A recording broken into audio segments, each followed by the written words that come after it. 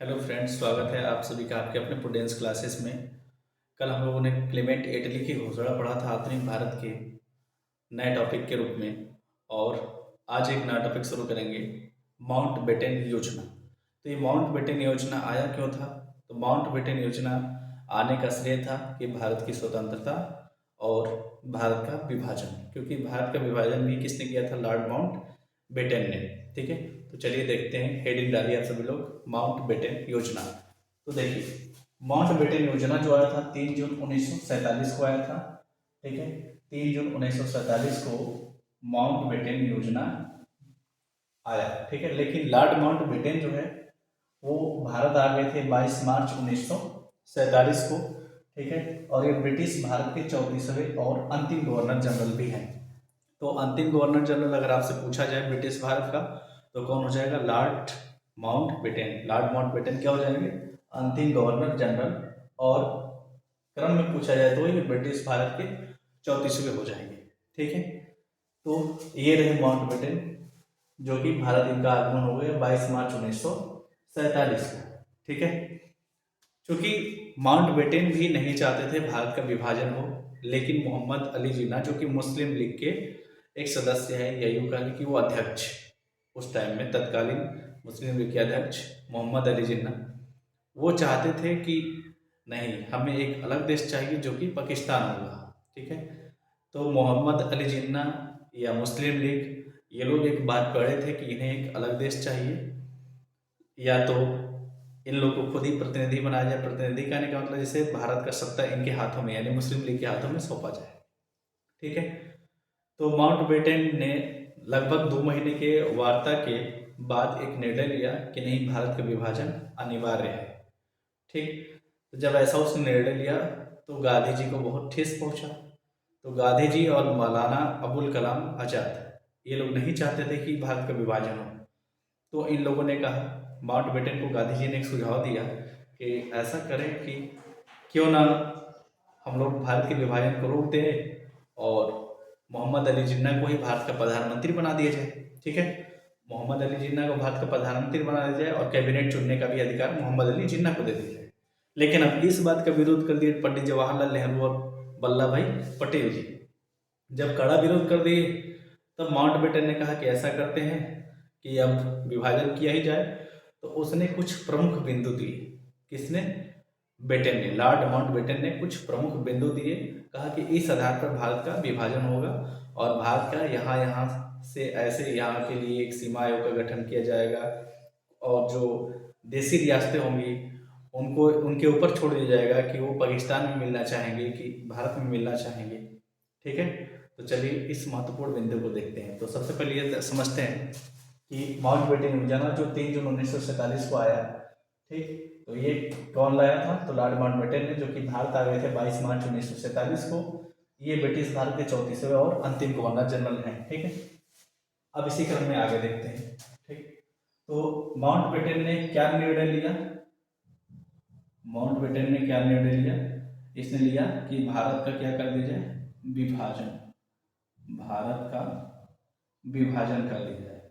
और ये जो भारत का विभाजन होगा, यानी भारत 2 भागों में बटेगा। ठीक है, एक तो भारत ही रहेगा और एक पाकिस्तान, क्योंकि मुस्लिम लीग नहीं मान रहा था। तो इस विभाजन का विरोध किसने किया? इस विभाजन का विरोध किसने किया? तो गांधी जी और मौलाना अबुल कलाम आजाद। मौलाना अबुल कलाम आजाद ये नहीं चाहते थे कि भारत का विभाजन। ठीक है, तो गांधी जी ने क्या सुझाव दिया? गांधी जी ने लॉर्ड माउंटबेटन को सुझाव दिया कि हमें मोहम्मद अली जिन्ना को ही क्या करना चाहिए? भारत का प्रधानमंत्री बनाना चाहिए। तो गांधी जी का सुझाव,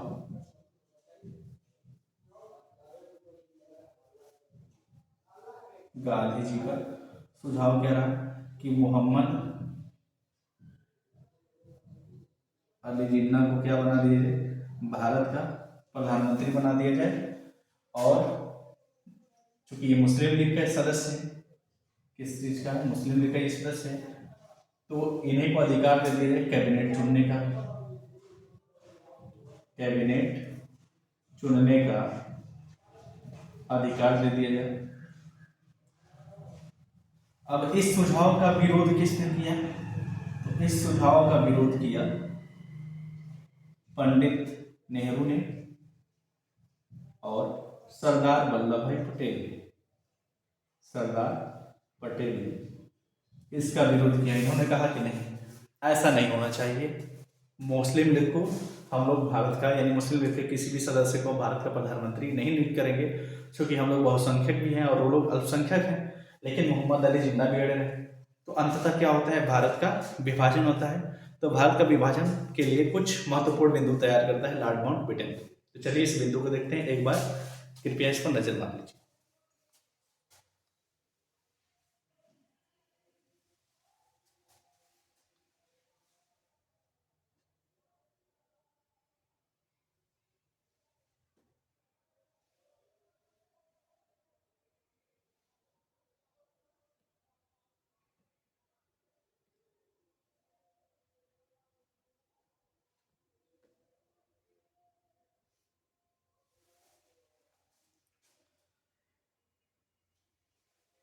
ठीक है, चलिए अब आगे बढ़ते हैं। अब माउंटबेटन के हम लोग मुख्य योजना को देखेंगे, जो कि 3 जून को यह मुख्य योजना, यानी कि माउंटबेटन एक योजना बनाता है, उसके प्रमुख बिंदु को हम देखेंगे। इस योजना को 3 जून को प्रस्तुत करता है माउंटबेटन। तो 3 जून को योजना के प्रमुख बिंदु को देखते हैं। प्रमुख बिंदु पहला, देखिए लॉर्ड माउंटबेटन क्या कहता था। पहला उसने कहा कि जो पंजाब होगा, बंगाल होगा और असम होगा, पंजाब, बंगाल और असम, इसके विभाजन के लिए एक सीमा आयोग का गठन होगा। ठीक है, तो यहाँ पर लिखते हैं पंजाब, बंगाल और असम, इसके विभाजन के लिए, विभाजन हेतु सीमा आयोग का गठन, सीमा आयोग का गठन किया जाएगा, जो कि सीमा तय करेगा कि कितना हिस्सा भारत में रहेगा और कितना हिस्सा पाकिस्तान में रहेगा। क्योंकि आपको पता ही है कि बंगाल 2 भाग में बटा था। पहली बार तो 1905 में बट गया था, एक पूर्वी बंगाल और एक पश्चिमी बंगाल। पूर्वी बंगाल ही बाद में चल के पूर्वी पाकिस्तान बनेगा। यही विभाजन के बाद ये पूर्वी पाकिस्तान बनेगा। और 1971 में जब इंदिरा गांधी की सरकार रहेगी, तो वहाँ पर इस पूर्वी पाकिस्तान को बदल दिया जाएगा बांग्लादेश में। ठीक है, तो चलिए आगे समझते हैं अगला योजना का मुख्य बिंदु क्या है। तो पंजाब, बंगाल, असम के विभाजन के लिए क्या किया जाएगा, सीमा आयोग का गठन किया जाएगा। ठीक है, दूसरा पॉइंट इसने क्या कहा कि जो देसी रियासतें हैं, जो देसी रियासतें हैं, देसी रियासतें, ठीक है, तो ये स्वतंत्र रहेंगे चुनने के लिए कि भारत में मिलना चाहेंगे कि पाकिस्तान में। ठीक है, तो ये स्वतंत्र है कि ये कहाँ जाना चाहे, भारत में जाना चाहते हैं या पाकिस्तान में जाना चाहते हैं, भारत में मिलना चाहते हैं या पाकिस्तान में मिलना चाहते हैं। ये देसी रियासतों के ऊपर निर्भर करेगा। ठीक है, और अगला पॉइंट क्या कहा इन्होंने, अगला पॉइंट कहा कि जो सिंध और बलूचिस्तान है, तीसरा पॉइंट, सिंध और बलूचिस्तान, ठीक है, इस पर निर्णय कौन लेगा, तो इस पर निर्णय लेगा प्रांतीय विधानमंडल,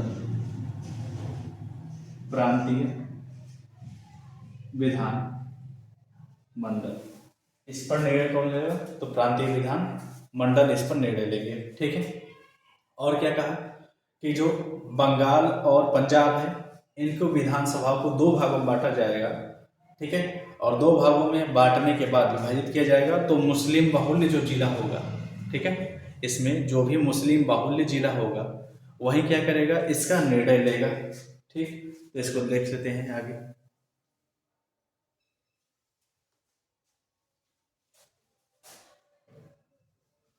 तो आगे लिख लेते हैं हम लोग कि पंजाब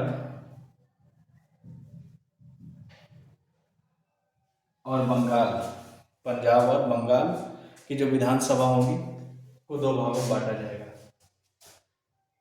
बंगाल की विधानसभाओं को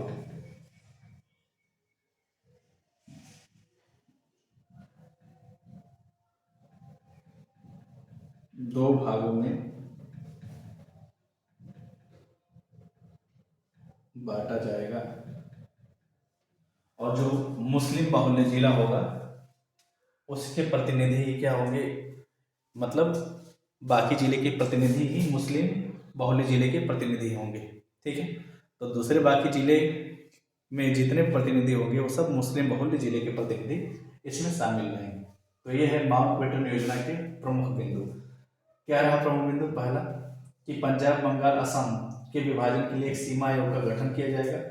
देशी रियासतें स्वतंत्र होंगी कि वो किसमें मिलना चाहती हैं, भारत में या पाकिस्तान में। सिंध और बलूचिस्तान पर निर्णय कौन लेगा? तो वहाँ के प्रांतीय विधानमंडल निर्णय लेंगे।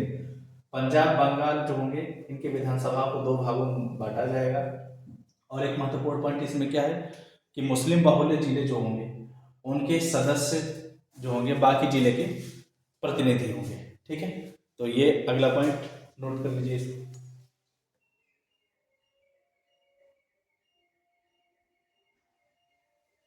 ठीक है, चलिए अब बढ़ते हैं आगे।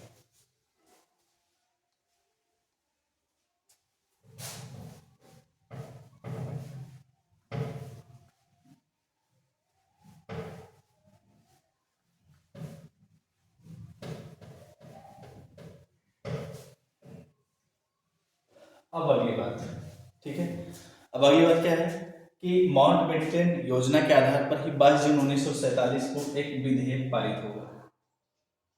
माउंटबेटन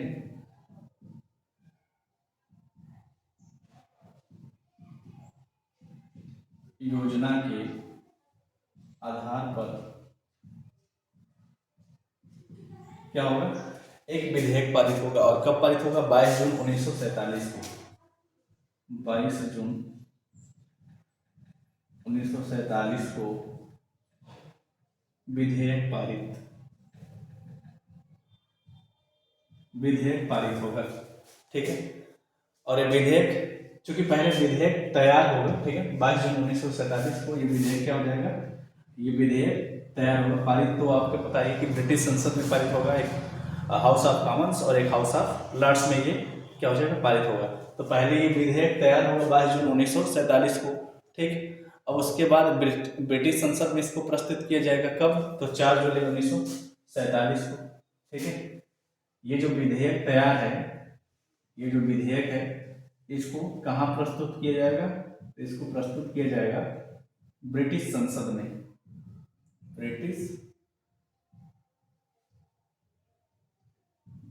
ब्रिटिश संसद में इसको प्रस्तुत किया जाएगा। कब इसको प्रस्तुत किया जाएगा? 4 जुलाई को। 4 जुलाई 1947 को ये ब्रिटिश संसद में प्रस्तुत हो जाएगा। प्रस्तुत होने के बाद ये 15 जुलाई 1947 को 15 जुलाई 1947 को क्या होगा, ये ब्रिटिश संसद के दो सदन होते हैं, एक हाउस ऑफ कॉमन्स और एक हाउस ऑफ लॉर्ड्स। तो पहले हाउस ऑफ कॉमन्स में 15 जुलाई 1947 को ये विधेयक पारित किया जाएगा। तो ये विधेयक 15 जुलाई 1947 को हाउस ऑफ कॉमन्स में पारित होगा। हाउस ऑफ कॉमन्स में पारित। और 16 जुलाई 1947 को हाउस ऑफ लॉर्ड्स में पारित होगा। ठीक है, 16 जुलाई को हाउस ऑफ लॉर्ड्स में और 15 जुलाई को हाउस ऑफ कॉमन्स में पारित होगा ये। ठीक है, अभी विधेयक जब पारित हो जाएगा तो 18 जुलाई 1947 को ब्रिटिश सम्राट जो कि जॉर्ज 6 होंगे उनका हस्ताक्षर होगा। हस्ताक्षर होने के बाद भारत स्वतंत्रता अधिनियम पारित हो जाएगा। ठीक है, तो अगला बात लिखते हैं 18 जुलाई 1947 को जो ब्रिटिश सम्राट होंगे, ब्रिटिश सम्राट जिनका नाम होगा जॉर्ज सिक्स्थ, ठीक है। तो जॉर्ज सिक्स्थ क्या करेंगे, हस्ताक्षर करेंगे विधेयक पर, हस्ताक्षर करेंगे और हस्ताक्षर करने के बाद भारत स्वतंत्रता अधिनियम पारित हो जाएगा, ठीक है। ये जो भारत स्वतंत्रता अधिनियम पारित हो जाने के बाद पढ़ेंगे भारतीय स्वतंत्रता अधिनियम, ठीक है। तो यहाँ से भारत स्वतंत्रता, भारतीय स्वतंत्रता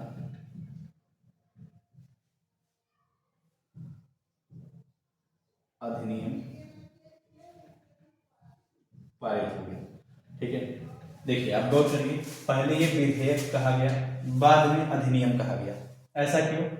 क्योंकि कोई भी बिल, जैसे मान लीजिए वर्तमान में अगर हम लोग लोकसभा और राज्यसभा की बात करें तो जितने भी बिल पारित हुए, ठीक है, जैसे अगर एग्जाम्पल के तौर पर देखा जाए तो 370 को हटाना, या आप ये देख सकते हैं 3 तलाक, ठीक है। तो इसके लिए जो बिल पारित हुए तो बिल को ही विधेयक कहा जाता है। बिल को क्या कहा जाता है? विधेयक। जैसे पहले मान लीजिए लोकसभा में पारित हुआ, फिर राज्यसभा में पारित हुआ, तो ये सिर्फ बिल पारित हुआ है। जब तक इस पर राष्ट्रपति यहाँ हस्ताक्षर नहीं करेंगे तब तक ये बिल यानी विधेयक कानून नहीं बनेगा, यानी अधिनियम नहीं बनेगा, ठीक है। तो अधिनियम बनने के बाद ही ये पूरे देश में लागू हो सकता है। तो यहाँ पे जो आप देख रहे हैं कि जो विधेयक पारित हुआ है माउंटबेटन योजना को पर आधारित, जो जितने भी विधेयक पारित हुए हैं ब्रिटिश संसद में, जैसे कि 15 जुलाई को हाउस ऑफ कॉमन्स में और 16 जुलाई को हाउस ऑफ लॉर्ड्स में, तो अभी विधेयक है यहाँ से पारित हुआ, ठीक है, और पारित होने के बाद आगे पहुंचा हाउस ऑफ लॉर्ड्स में, यहाँ से भी पारित हो गया। जब दोनों जगह से पारित हो गया तो 18 जुलाई 1947 को ब्रिटिश सम्राट के पास गया, और ब्रिटिश सम्राट कौन थे? जॉर्ज सिक्स्थ थे। इन्होंने हस्ताक्षर किया और हस्ताक्षर करने के बाद ये विधेयक कानून बन गया। इस तरह से भारतीय स्वतंत्रता अधिनियम पारित हो गया, यानी अधिनियम बन गया ये विधेयक। अधिनियम बनने का मतलब अब भारत को स्वतंत्र कर दिया जाएगा, ठीक है। और अब पता ही है कि 1948 जून 1948 तक क्लीमेंट एटली ने घोषणा किया था कि जून 1948 तक ब्रिटिशर्स जितने भी होंगे भारत में वो सब भारत छोड़ के वापस इंग्लैंड आ जाएंगे, यानी अब भारत हम लोग का क्या हो जाएगा? स्वतंत्र हो जाएगा। तो ये विधेयक पारित हो गया, ठीक है। अब 2 देश बन जाएंगे, एक भारत और एक पाकिस्तान, ठीक है। तो भारतीय स्वतंत्रता अधिनियम 1947 ये पढ़ेंगे हम लोग नेक्स्ट टॉपिक में। नमस्कार।